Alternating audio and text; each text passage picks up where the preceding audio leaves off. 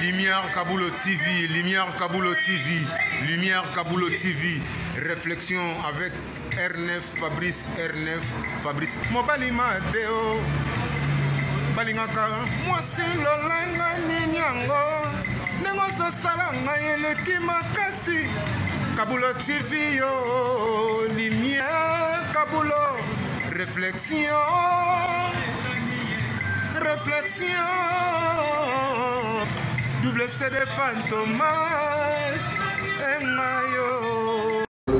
Il est là, il a toujours.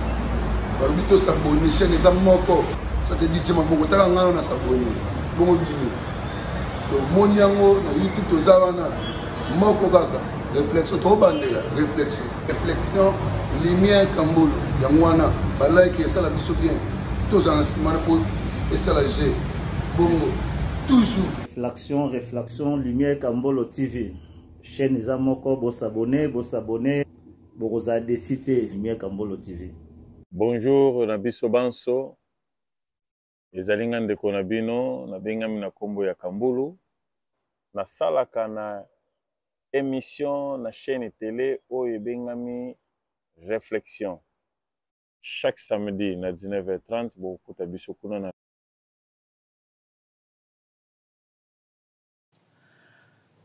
Ok, bonjour frères et sœurs, bonjour sœur Isabelle.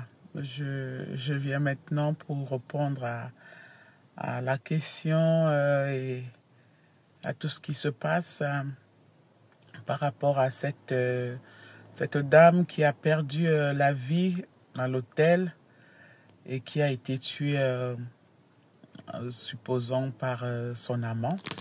Je dirais déjà d'abord qu'il n'y a vraiment pas un jugement véritable à apporter dans cette situation, parce que c'est une situation vraiment complexe.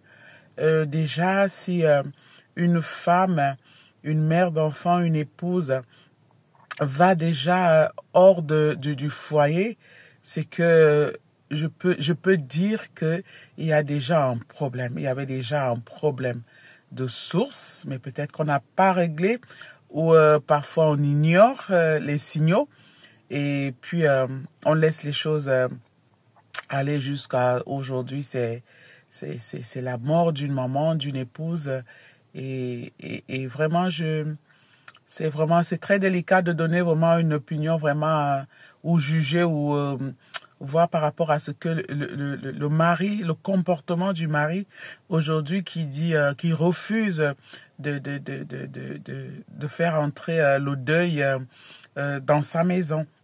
Je veux dire, chacun de nous, on réagit différemment par rapport aux situations. Je sais pas comment moi je pourrais réagir dans cette situation. Mais voilà, quand on a dit pour le meilleur, pour le pire, c'est parfois des choses au-delà. On peut aller au-delà, on peut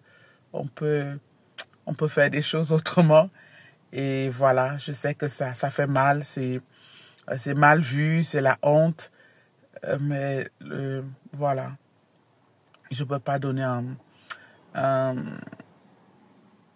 vraiment une réponse, un jugement véritable.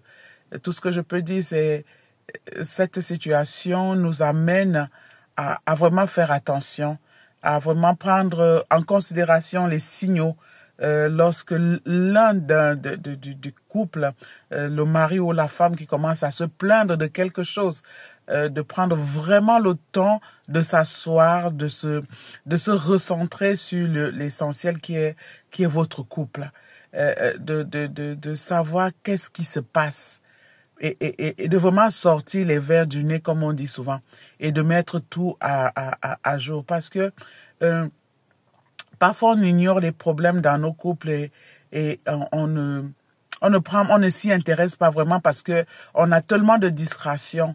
Mais je veux te dire que après Dieu, le plus beau métier, la plus belle fonction que tu as, c'est d'être dans un couple, c'est d'être une femme, c'est d'être une épouse, c'est d'être un mari. Et donc, tes oreilles doivent être centrées sur ta femme ou sur ton mari pour les femmes. Donc voilà un peu ce que je peux apporter.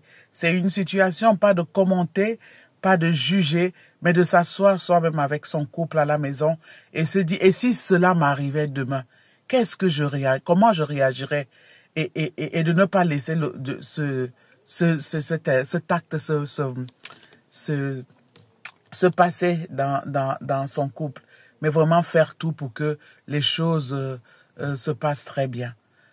Voilà ma participation. J'espère que ça va apporter à quelqu'un et que ça va amener à éclaircir certaines choses.